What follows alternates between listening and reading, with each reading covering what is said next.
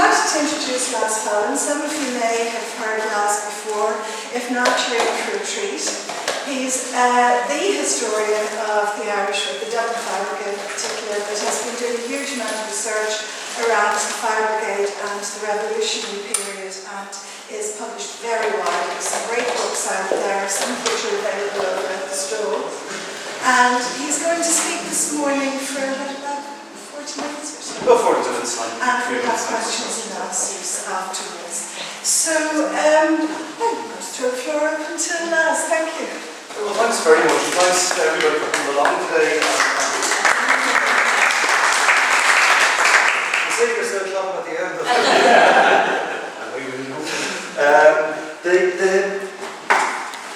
my interest in this goes back, I suppose, 30 years in the fire service.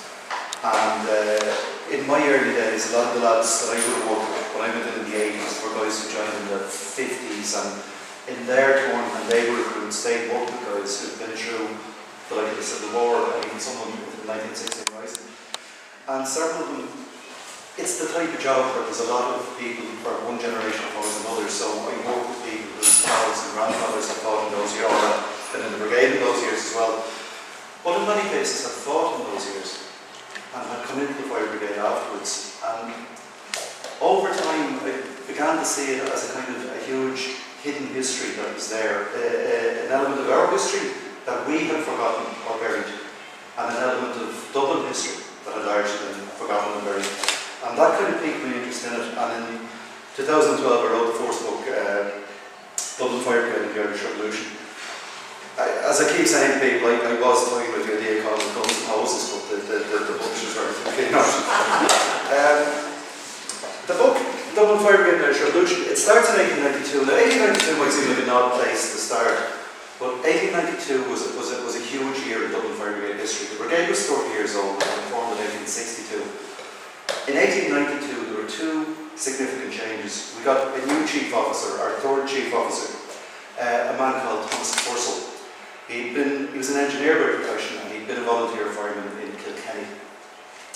Now he came into what was basically a small two-station, a provincial brigade within the overall sort of UK service, a non-important brigade which existed on a shoestring. It had been built up by its first chief, by Robert Ingram. The second chief had basically, there had been a whole amount of expansion. The brigade had pretty well stagnated through the years of the previous chief officer up to 1892. Purcell would come in and change that. Purcell would put us from, in his time from 1892 up to 1917, he changed Dublin Fire Brigade into one of the foremost fire brigades in Europe, because he was a good fireman, he was a good engineer. He studied firefighting, he went to America, he travelled around Europe, he seen what was at the cutting edge of firefighting, and if he couldn't buy it and bring it back to Dublin, he came back to Dublin and invented something better. In the same year, because we were getting a new chief, because there was a lot of changes happening in the brigade, the men themselves, and they would largely have been... Sorry, how are you doing? How are you? The men that were recruited into the brigade at the time would largely have been craftsmen. Because, as I was saying today earlier on, like people who know how houses and buildings go together are also people that you want there because they know how they come apart. They understand the dynamics of a building and the dynamics of a building when it's on fire or under pressure. Craftsmen in Dublin at the time would have been very heavily unionised. Like when we think in terms of trade unionism in Ireland, especially in Dublin, you tend to think in terms of 1914 and the lockout and the transport and general workers. They were the ununionised at the bottom.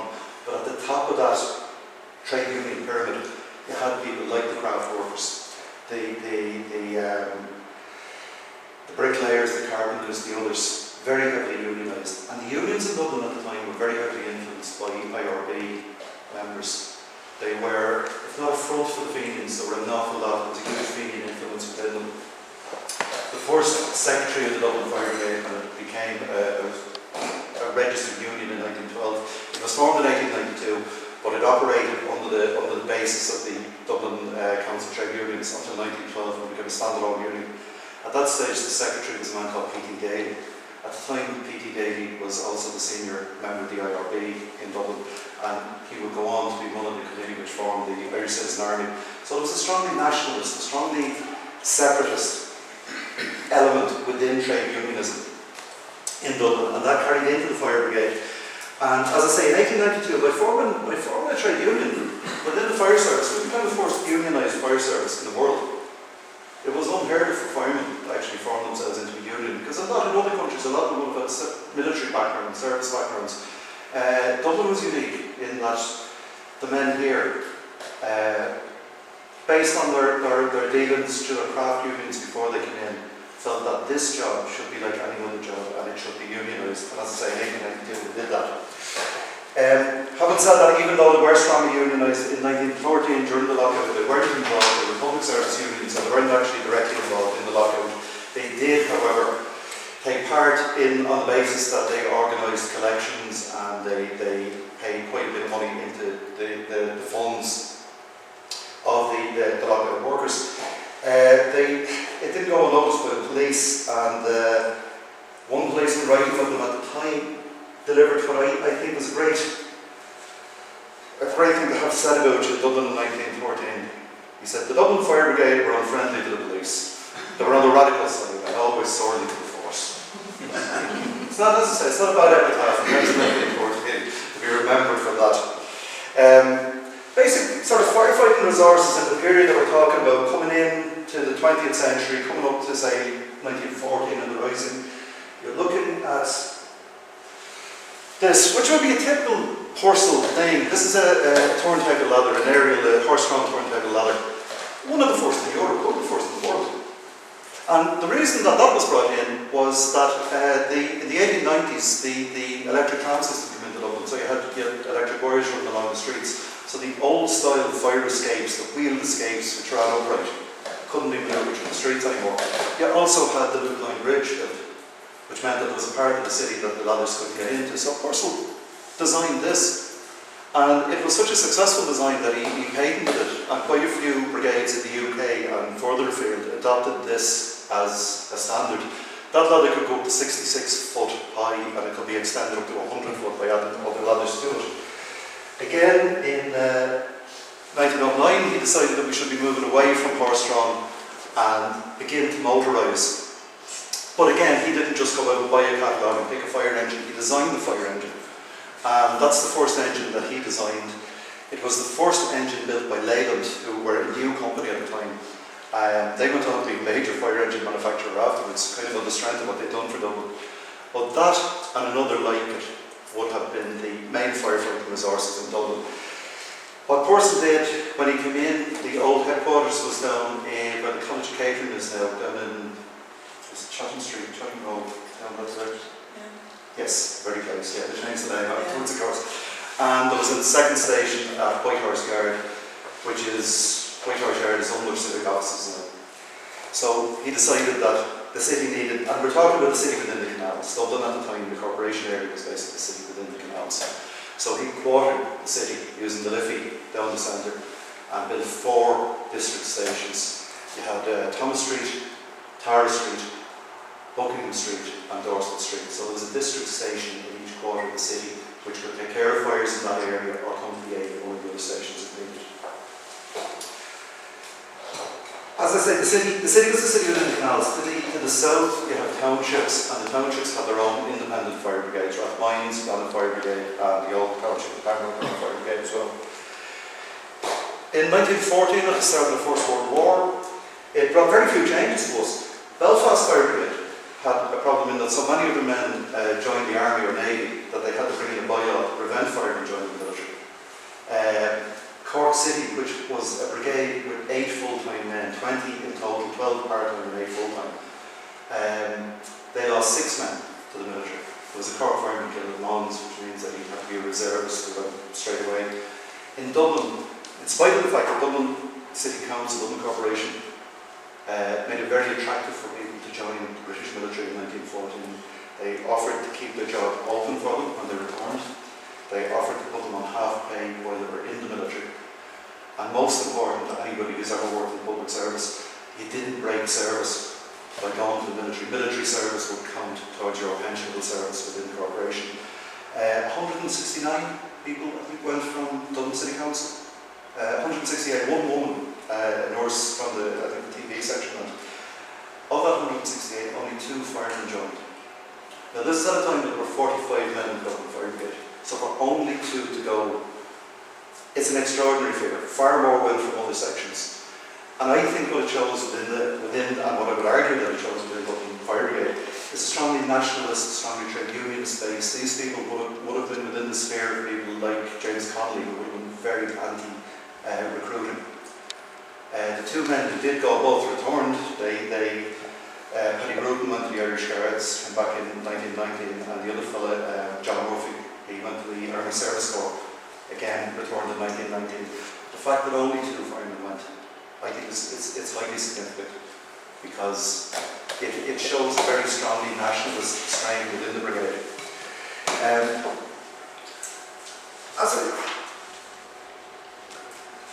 If you could cross then to say to the rising, to the 24th of April 1916, moving forward to that. The story of the Dublin Fire Brigade and the rising revolves around 2 men. It revolves around Tom Purcell and the brigade that he led through it. It revolves around another man, a man called Joe Connolly. Now, Joe Connolly had joined the Fire Brigade in 1915. He was a member of the Citizen Army. He was a member of the Connolly family, people like Sean Connolly, Matt Connolly, George, and then his brothers, all very much involved in the Citizen Army. On the morning of the 24th of April, Sean Connolly took a detachment of Citizen Army members from Liberty Hall to go to City Hall. On the way, they crossed Buckbridge and stopped at Tara Street Fire Station and sent word into Joe that the rising was going ahead. Because Joe, like so many others, had seen the counter-commanding order and thought it had been cancelled. Sean explained that it was going ahead and it was badly needed. It's not alone that they needed the manpower, but Joe was a driver, which was a very, very scarce thing within the Citizen Army. Even within the volunteers it was quite scarce. There were not many people drove at the time. Within the Citizen Army there wasn't a huge number of drivers. Joe left Tara Street, he went home, changed uniforms, he picked up his rifle and he came back to Liberty Hall. On the way he acquired a motor car. And in his statements and in the family statements, they're a little bit unclear about how he acquired a motor car. But I do think that the rifle played a huge role. He's in Liberty Hall, he's moving equipment to the GPO, he's in the GPO on the first night, and from the Tuesday morning he's in the College of Surgeons garrison with Fallon and the Countess, and he's well documented there. Takes a full part there. He's on the roof when another ICA man called, Doherty is hit by a burst of machine gun fire, and he's hit 12 times, and Joe went out under fire, brought him in off the roof, did first aid, and they managed to get him to hospital where his life was saved. But he comes up, he was involved in nursing Margaret Skinner after she shot as well, so he's there, there's a lot of, he's well documented. His brother Sean, of course, had gone to City Hall, where he was involved. He shot the policeman on the gate, O'Brien, who was the first Crown Forces casualty of the rising. And shortly afterwards he was shot himself on the roof of Dublin City Hall and became the first Republican casualty of the rising in Dublin, certainly. So the family were very much involved in this. After the surrender, Joe was sent to Frongok. He was brought to Richmond, deported, ended up in Frongok. When he came back from Frongok, he used the rules which had been brought in 1914 to allow people to go to the British forces and hold the jobs open for him, to reclaim his job. And the political winds had changed in the months that he'd been away, so he was accepted back into the brigade. And having been accepted back in, Joe did something which, as I always say, as a former shop steward within the fire brigade, I hold absolute awe of what he did next. He claimed 6 months back pay for clearing leave in that pub. and fortunate that he got it. The other side of the story is the story of the 43 men. As I said, there were 45 men in total. 45 men from the chief to the lowest recruit in the job in 1916. Joe Connolly had been off to fight the rising, which brought it down to 44, and another guy called McSweeney was on leave outside the city. Couldn't get back in from the Monday because the city was locked down in the military. From Easter Monday, the ambulances were out on the streets, they were constantly on the go. The first fire in the city was at the magazine fort. The Fianna, Gary Hullen and the other Fianna people had gone to try and take the magazine fort, and they couldn't get access to the arms and explosives within there. They set fire and they set charges to try and blow it up and die out the British. So that fire was the first fire that the brigade turned down to. Thomas Street were turned out of that, and later Harris Street more centred as well. Within the city, people had realised that the police were off the streets. The police were withdrawn very early in the day. There had been a couple of police who had shot. O'Brien had been shot at City Hall, Life had been shot at the Green. The police are withdrawn from the streets. The volunteers are busy digging into their positions and trying to consolidate them. And the British military on the first day are basically testing the waters to see who's where and starting to bring their forces in. So people realised that basically the city was open. There was no police, there was no kind of social structure broken down. Looting started, and the first shops looted. The looting was followed by fires. People tended to burn the shops that were looted. Now that's kind of a human condition, and it happens everywhere. We've seen it in London a few years back when there was riots there. The shops were being looted and burned. The time of the Rodney King riots in Los Angeles, shops are looted and burned. It's just one seems to go hand in hand. So looking at the fires, you see that the first shops that were seriously looted and burned in Dublin were shoe shops, boot shops, the Cable Shoe Company and the True Form Boot Company in O'Connell Street. So I'll tell you that when the people of Dublin had the city at their mercy and could take anything, they didn't go to the jewellery shops, they didn't go to the banks. They went and they got possibly the first decent pair of shoes for boots that they'd owned in their life. This unimaginable luxury. So, they're the first ones that were actually born. Now, by Tuesday, the Brigade is still turning out. By Tuesday evening, some parts of the city are becoming too dangerous to operate in. By Wednesday, they've been ordered off the streets by the British military. The stations are locked down, they're under orders from the military that they can only turn out with the military permission. In fact, I've come across some paperwork on O'Connell Street where they're specifically told that the station will be fired up if they show lights or open the doors or attempt to turn out the fires without the military permission. By Wednesday, the British had got a bloody nose. The troops are coming in from England. What was going to be an easy police action taking down this rising was being far from it. The people in this area were teaching them that, the people in the South Dublin Union were teaching them that, and were about to learn a very severe lesson from Mount Street Bridge. So they realised that this was going to take more than they thought. This became a more serious, a more determined battle than they had planned on fighting. The city itself is burning. Because, as I said, the Brigade are off the streets. The Brigade don't get back onto the streets until Saturday after the ceasefire in O'Connell Street. Once the ceasefire kicks in, the Brigade immediately, within 7 minutes, the Brigade have turned out. Now, that's the O'Connell Street area, and if you look on the port side, if you look on the side over here, what you're looking at are buildings which are totally burned out. Those are entire blocks gone. You're looking at squares and rectangles. Everything within that area has burned, and it's burned back to a fire break, it's burned back to a road or to a lane where the flames go across. That's absolutely just unhindered burning. On this side, you start to see at this end, on the Saturday when the Brigade could get to work, well, you get the more sort of jagged edges, and you get the fires which are being stopped back here.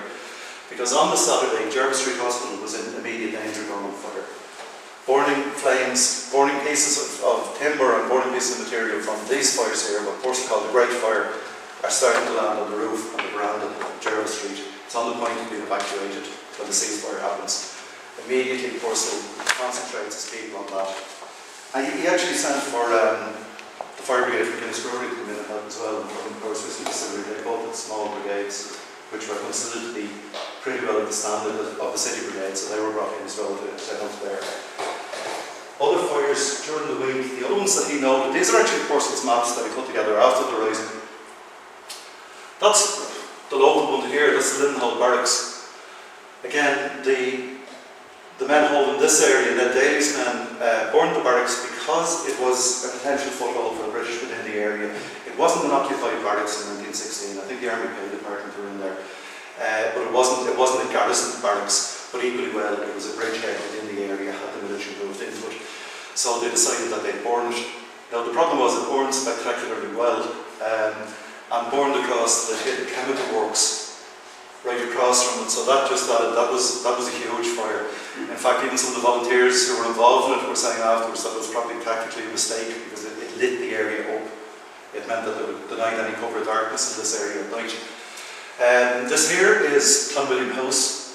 across from Mount Street Bridge. It was borne by just the sheer level of lead that was poured into it, bombs thrown into it by the military. Oddly enough, if you look across the other side, there's no sign of any damage, and that would have been where the schoolhouse and where Michael Malone's position was, but that was in the township of Pembroke. So it was absolutely no business of the Dublin Fire Brigade. The whole place burned out. Didn't get it in our maps because that wasn't our area. Over here, this is Harcourt Street. This fire was caused by people coming down from the Citizen Army garrison at the College of Surgeons. The Army are moving up Harcourt Street. They're starting to take the hotel here, and it's given them a line of fire. So Margaret Skinner and a number of others came down to burn this. They were fired on. That's where Skinner was shot, and another Citizen Army member was killed there. So that fire was dealt with quite easily because it was within the sheltered area, and the military wanted that out. That fire up there is just across from the forecourts. That would be the pub there, you know, the oldest Brazenhead, the other oldest pub in Dublin, one of the oldest pubs in Dublin, would be there. The building right beside it on the corner had been occupied by the Dublin Fusiliers. It gave them line of sight and line of fire into the forecourt, so it was presenting a huge danger to the garrison in there. And on the early hours of the Wednesday morning into Thursday, two volunteers, Paddy Clancy, who of course was killed later on Bloody Sunday, and a volunteer called Tom Smart, who was actually a fireman's son, crossed Church Street Bridge under fire, set fire to that building, and by burning it, denied it to the Fusiliers. The British military had to move out.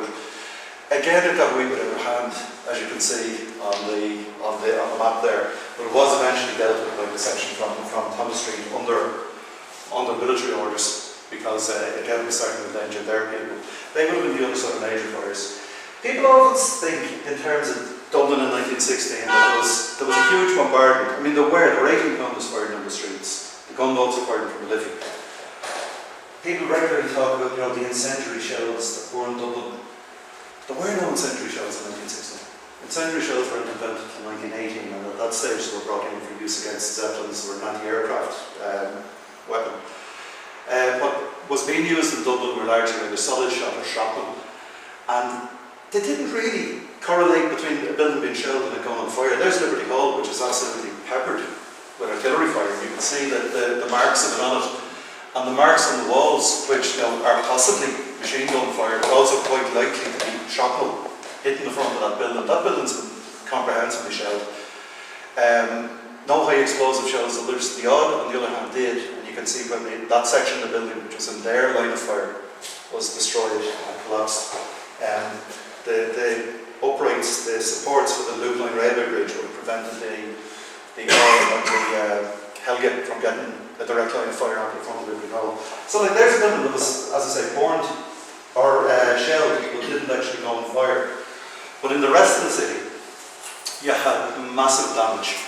And the reason that you had such massive damage is that the volunteers, when they took buildings, loopholed between them, like mouse holes, they said, in between the buildings, give them access out of the line of sight of British military snipers and machine guns. But it meant that when the fires started, that the fires could move very rapidly between them.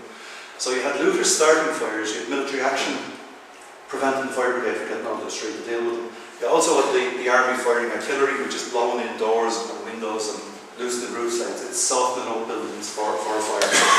So that whole section that burned without let or hinder for a week, and you end up with these massive amounts of damage in those areas. That's Abbey Street. If you were standing there now, I think you'd be standing looking in the side door windows. That'd be, you know, the Oval Bar, and that'd be up this way, and you're looking straight through to the GPO in the distance. You could just see the edge of Nelson's Pillar there, popping up in the far corner. Now that's Tom Smart. That's the man I mentioned earlier on, who had gone over Church Street Bridge with Paddy Clancy to burn the Fusiliers out. That's a pre-1916 photograph of him. As I say, he was the son of a fireman. Now, in 1920, Tom Smart joined Dublin Fire Brigade. 1916 veteran, well known to the police, well known to the military. And what had happened within the brigade was there'd been a change in leadership. In 1917, Captain Purcell had to retire. He'd been injured out of fire. the second in command took over, a man called John Myers. Now Myers had, since 1905, one of the lads in the National Brigade Association gave some paperwork where he'd donated money to a Fenian monument in 1905. He was certainly very nationalistic minded. In 1916 he defended, even in the Sinn Féin Rebellion handbook, in the Irish Times handbook, he defended the volunteers against an accusation by Captain Purcell that they threatened to shoot firemen. He said no, he'd been at the scene where this had happened and they hadn't threatened to shoot them, they warned them not to, it was the proof that Irish Street gone to the magazine for it, had been warned off using the keys and told to go a different route. If they'd gone the route they were going, they would have ended up in the crossfire from the mendicity institution.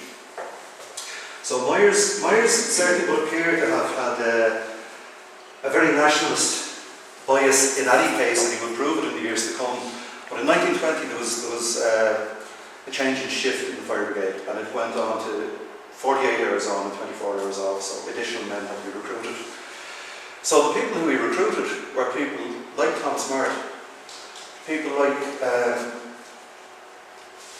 others who'd served. Tom Kavanagh was another one who came in at that stage. He was another 1916 man. He'd been over in Watkins Brewery and South Dublin Union. Jim Conway came in. Jim had come in, he'd been in the Merchant Navy in the First World War, but he came into the brigade at that stage, and again got very much involved in the IRA when he was there. Michael Rogers, various others. Austin MacDonald. Both Austin MacDonald and Tom Kavanagh were recruited into the fire brigade straight from Mountjoy Jail. Both of them had served 6 months for volunteer activities. MacDonald had been involved in an attack on the RIC in West Mayo, and Kavanagh had been arrested at Ballyfermot drilling with an IRA unit there. So these men who are coming in, they could only have come in with the chief's permission and with his knowledge. And he was recruiting people into the job who were going to form a nucleus within it. Now, very quickly within the job, these men made themselves very, very active.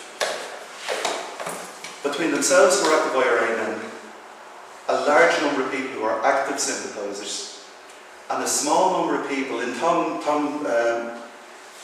Smart's letters looking for his pension, and he's asked this, had they completely converted the fire brigade over? And he said, no, there were a small number of people who wanted no part of this. But they were basically they were threatened to bring them into line, to keep quiet, to allow things to happen. There were people who just wanted a quiet life and were afraid of losing their job or losing their pensions. And in fact, he said there was one particular fellow who wrestled with his conscience on a regular basis when he lost money on the horses. And when he got a few bob, his conscience kind of came back onto level again, no great problems. What these people were doing within the job, within Dublin Fire Brigade at this stage, from 1920, 1921, they formed a very active intelligence and logistics section within there. They're able to move arms and equipment around the city using brigade vehicles, especially ambulances. Because as I keep saying, an ambulance was an instant danger on the road, any checkpoint can just wave it straight through. They're moving arms and equipment into position for ambushes, leaving them in safe houses. The people who are going to carry out the ambush can go, pick up the weapons, carry out the ambush, drop the weapons, and if they're stopped, they've nothing on them. Another thing they were able to do on the ambulances, in particular, if IRA men were injured or wounded, they could be searched, and any arms, ammunition, or documents on them would be removed, so that when they got to the hospital, if they were checked by the military, there was no incriminating evidence on them. The other thing about the 24 hours off meant that men could actually get very much involved back within their own units. Like Tom Kavanagh was involved in attacks up in Ballyfermot. He was involved in an ambush at the Red Cow, another halfway house. He was involved in burning Crumlin RIC barracks. Crumlin RIC barracks, one of the volunteers was very badly injured because they used petrol. They went in, they spread petrol through the building, and then they went back into light. And of course, the fumes had reached an explosive mix, so they blew up. One of the volunteers was very badly injured. That had happened a number of times around the country. And it would have a huge influence in the biggest operation the firemen were involved in Dublin, which was the burning of the Custom House. When the IRA decided that the Custom House should be burned, they went to their own people within the fire brigade to ask them how to do it. If you want to burn a big stone building, you need to talk to people whose big buildings burn. So they explained, people like Austin MacDonald and Joe Connolly are involved in the planning of the burning of the Custom House. And one of the things they recommended is that they use because it doesn't form the same explosive mix. On the day of the operation, the fire stations had to be taken over. That was part of the plan, that the stations would be taken over so they couldn't respond. Now, one of the groups involved, K Company of the 3rd Battalion, took Paris route. And there's a great document from the 1950s. They had a reunion, and in it, one of the OC of the unit went out of his way to thank his intelligence officers within the Dublin Fire Brigade for making this so easy for them. The firemen showed them how to burn the building on the day. They facilitated the taking over the stations. They took over the 4 Dublin stations, and they took over Pembroke and Rathmines. Even in the Rathmines case, the company who took that over, one of the lads, his father was a fireman in Rathmines Fire Brigade, so we understood the workings of the station and how it would be made to work. When they did turn out to the custom house, they had, sorry, I'll just put that outside. That's actually, sorry, just go back there slightly. That's an arms raid in 1920 in Kingsbridge. The IRA went in, overpowered the military guard, 10 rifles, and burned a trainload of military supplies which were about to be dispatched down the country. The fire brigade arrived, and this photograph was taken for the Chicago Tribune. The man with the X is Tom Smart. That's Joe Connolly standing beside him. And as you say, Dublin Fireman Grinn's military store is born. Captain Myers is in charge, and he explained to them that this was a military operation by the IRA, and it was none of our business about this fire out. So the firemen stood by, let the military train burn, and basically stood by in case it spread into railway property. But we're under orders not to put the fire out. This is actually mentioned by the British military in the report on it. Now, they thought it was extraordinary, but they didn't go beyond that. That they just thought, they assumed that the firemen felt under threat from the IRA, not to put the thing out. And that explains the official mindset. It didn't actually dawn on the firemen, we're the IRA. The other fires that the Rathmines Church fire, 26th January 1920, the church there, the big church in Rathmines on fire. When they arrived, it was Rathmines Township Fire. When they sent for Dublin Fire Brigade, they automatically came in charge.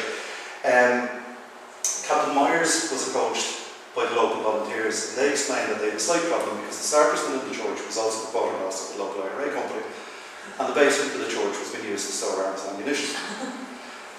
So Myers arranged to clear the Rathmines people out, put his own people in charge, and supervise the removal of the burned arms and ammunition from the church by local volunteers with the help of IRA men.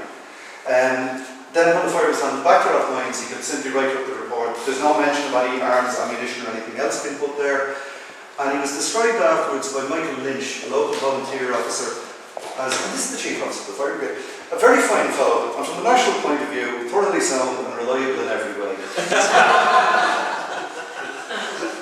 John Myers, the chief, has a descendant who still writes a lot about the period, but has a slightly different view on it. He would be a grand uncle of Kevin Myers. So the republicanism didn't quite stay in the family. That's the crew in Buckingham Street around 1900. The man here at the back is Tom Smart Senior, the father of that volunteer I was talking about. That crew is Tara Street in 1921. Now that's a random photograph, that isn't a full crew, it's just a photograph that was taken. But just to give you an idea, there's 10 men there. Back row, Austin MacDonald, West Mayo Brigade IRA, now in Dublin operating with the 4th Battalion. The man beside him, McKeown, at the courts of four courts a year later at the start of the Civil War, was one of the people who was acting as a courier, bringing ambulances in and out of the courts, supposedly to remove casualties, in point of fact moving material into the courts and taking people out who were needed outside, dressed as casualties. Jay Keane, the man in the middle, he's IRA intelligence, he's mentioned in connection with the Bloody Sunday attacks. Beside him you have Martin Buckley and Joe Connolly at the end. Joe Connolly's a 1916 man again. Buckley and Connolly, again you always find this when there's a squad operation on, the ambulance crew that will go will always be taken from among this crew. Buckley and Connolly are on the ambulance on Bloody Sunday. They would have gone to the homes of the officers who were shot. presumably with the intention that they could search them or search the rooms. In point of fact, they weren't able to because there was a heavy military presence or heavy auxiliary presence in each case. Now, the lads in the front there, John Murphy, he's one of the guys in the British Army in the First World War. Ned Doyle, Kane, Barton, Seaver, haven't any kind of tie-in with them to tie into any specific volunteer unit or IRA unit or whatever.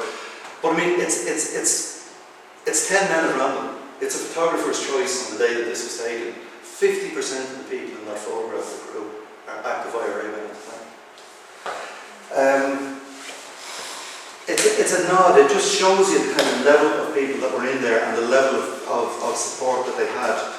To go back to our custom house. These are the stations that had to be taken over.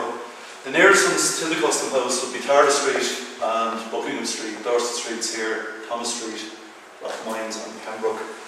Allocated out to the various volunteer companies within the area to go in, hold them up, tie them down. There was no great problem with any of them. As I said, in the case of Tara Street, they in later years they were to thank the firemen for making it all so easy for them. When they did turn out the custom house, after roughly a 20-minute delay, the guys that went into the custom house, that the spread through the custom house, were cancer paraffin. If any of you have been in the custom house, I did a book on specifically on the burning of the custom house earlier this year. And back in late last year, I got a tour of the custom house. I'd never been in there before. It's a labyrinth, and you get lost very, very easily. And for guys going in with 20 minutes to spread the furthest corners of it, to break into offices, to spread stuff around, to cover them with paraffin, to light them and get out, with the fear that at any moment it could be discovered and a gun battle could break out, as it did in the place. It was very, very tight timing. Very tight timing, to the point that quite a bit of the building hadn't been reached, hadn't been burned. This fire shows, this photograph, sorry, shows the fire brigade on arrival. That's Captain Myers. I mean, you can see in the photograph, the Auxies are still, this gun battle is still going on. The Auxies are moving towards gunfire at the end. Myers has arrived. Look at the custom house. There's a fire here. There's some evidence of fire down here, but you're getting here is smoke percolating from this fire in the central area. This part of the building is important. There's no wisp of smoke. This is the first photograph of the fire brigade, the horse-drawn ladder arrival. It's basically the same side of the building. And again, you see that there's a fire concentrated here, it's burning well, without a doubt. There's nothing down here. That's all about the change, and what's about the change is that Dublin Fire Brigade arrive. When they arrive, the volunteers and their sympathisers within the job spread through that building. They take the paraffin, which has been abandoned, and they burn the custom house. They have the reason and the material to break into offices, to pull out the paperwork, to spread it around, to spread the paraffin over it, and to burn it. In the words of one of them, Michael Rogers, writing about it afterwards, he said, "In the building at our mercy, many parts that were not on fire when we entered were blazing nicely in a short while." If you ever look, there's some patent newsreel of the fire brigade at the custom house. It's worth having a look at. Because you see firemen now, Rogers reckoned that they set new records for slowness in making down holes to it. But the more distinctive bit about it, if you ever see the newsreel, they're washing the walls of the custom house. And the pavements are awash with water, but there's damn one going in the windows. That building was left burn. And it was specifically left burn by the Dublin Fire Brigade. Had Myers wished, he could have sent for the township brigades to come in and back him up. He didn't send for those. He could have sent for Powers and Guinness's brigades, which were called in 1916, and which were at that stage very, very well equipped brigades. They weren't sent for. Every army barracks in the city had a fire picket. They could have been sent for. The military had their own fire brigades down at the quarter, which could have been brought up by train. They could have been here within an hour. They weren't sent for. Even in terms of getting troops in to what would be standard in an operation like this would be to salvage, to mount a major salvage operation, go in and remove paperwork from the building. That wasn't done. The decision was taken that the custom house was going to burn, and burn it did. Now, in the course of the burning, Michael Rogers and others reported that they found 4 IRA men within the building who when the shooting started outside, they hung back and they hidden within the building, but as the fire was spreading, they were being forced from hiding place to hiding place. They were discovered by Jack Cavan, one of the Thomas Street crew. He told Michael Rogers was driving the chief that day, so he was relatively free to come and go. He went back to Clara Street and got 2 uniforms. They were smuggled into the custom house. 2 of the IRA men were smuggled out as injured firemen. Got back to Clara Street and got away. The uniforms were brought back in, and the other 2 were taken away as injured firemen. One of the uniforms then was handed over to a citizen army officer, Mick O'Kelly. And O'Kelly went in and he went through the place as well to make sure that it was borne in well, but also to supervise the recovery of arms. When the auxiliaries arrived outside and the gun battle had started, quite a few of the volunteers inside had dumped their arms and attempted to just get out as civilians, because civilians were still in the building, they were still leaving the building at the time. So they had dumped a lot of weapons inside. Now, from what Michael Rogers tells us, from the statements from Jim Conway and from the statements from Mick O'Kelly and Joe Connolly, we can put together a figure of 40 plus handguns recovered by firemen from the custom house, brought back to Tara Street, checked, cleaned, and returned to Citizen Army, as it happened, Citizen Army arms guns that evening. At the time, the ICA were operating a lot of the logistics for the Dublin Brigade. They were operating a lot of the arms guns because they were more in the background by this stage. But Tom Smart talks about taking an ambulance for the guns to Fairview that night, back to O'Neill's. This guy, James O'Neill, was the OC of the Citizen Army in Dublin at the time. So a lot of, when people talk about the custom house, they talk about the huge number of people. The Dublin Brigade was crippled because 80 men were captured. 80 men from the 2nd Battalion were captured. The 2nd Battalion was very badly damaged, and the squad and ASU lost people as well. But the 3 other city battalions didn't lose anybody there. And they talk about the amount of weapons that were lost, and a significant amount of weapons were lost. 80 plus, maybe 100 weapons in theory. But we know now that at least 40 of those weapons were recovered by firemen and brought back into the IRA. In the course of the evening, Michael Rogers makes a remark about the auxiliaries themselves decided to check the building to make sure that nobody was hiding within it. They did this just after dark, and they concentrated their efforts on the bonded warehouse, which was fairly heavily locked up, but they kind of had it in their mind that there might be somebody in there, so they forced them into the bonded warehouse, and they removed several cases of brandy and whiskey and various other which they sent back to Beggar's Bush for safekeeping, no doubt. Now, they also opened some of them, and Rogers, in fairness, says to them that he was the only time he thought about the auxiliaries, because they did share the bottles around, and they had barrels of Guinness on the quays which had been abandoned, which were being loaded on the ships earlier, but had been abandoned when the shooting started, so they tapped some of the barrels as well. So he paints this great picture of the first night at the custom house, with the building blazing in the background. The curfew was down around the city. There's the odd shot in the distance, and you can hear the trucks going out on the curfew patrols. The auxiliaries had taken Liberty Hall as their headquarters, as their operational headquarters in the day, and of course they searched it. Now, in the course of searching it, they discovered the band instruments from the Transport and General Workers Union band, and in this kind of surreal darkness, some of them set up on the steps of the custom house and what did Michael Rogers call it? A rousing ragtime rendition of Keep the Home Fires Burning. So I think it paints a whole different picture of it. The custom house was born for 5 days. The centre of Dublin, after the fire brigade, in 1916, the centre of Dublin born for 17 hours after the fire brigade were free to stop. Custom house born for 5 days. McCready sent a report to Lloyd George, and I only seen it after I wrote the book, it's great. And he's reporting how the custom house, they had born for 5 days, and it was extraordinary because he had sent soldiers in to salvage documents. And these salvage documents kept mysteriously caught on fire. And on the 4th day, he decided that he finally reached a decision, and he decided that the firemen weren't taking this very seriously at all.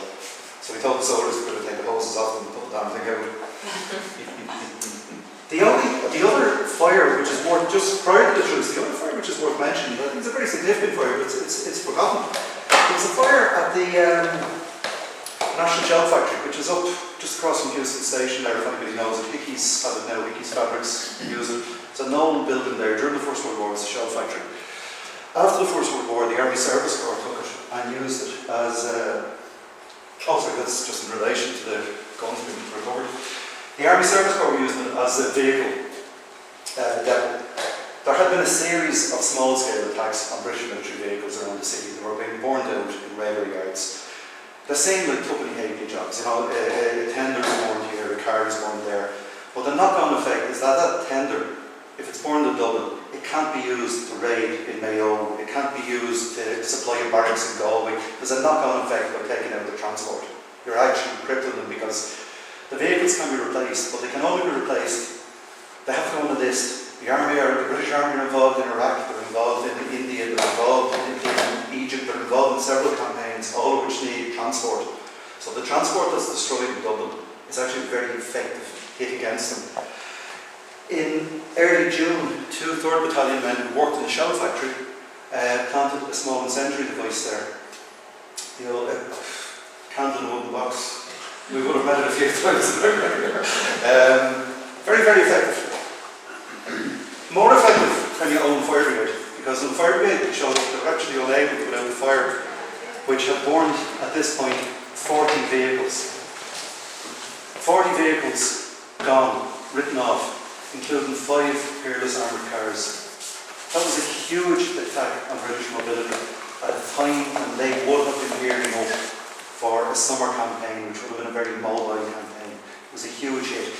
In the overall record of the rebellion in Ireland, which the British Army put together afterwards to learn their lessons, or to try and learn their lessons from what had gone wrong, how they've managed to lose the first colony since America. The only 2 incendiary attacks that they mentioned in it, and which they considered really damaging, were the Custom House attack as a blow to prestige, and the National Shell Factory as a blow to military capacity at the time. You go from there, you hit the truce, and in all fairness, they'll call the truce as well. So listen, thanks very, very much.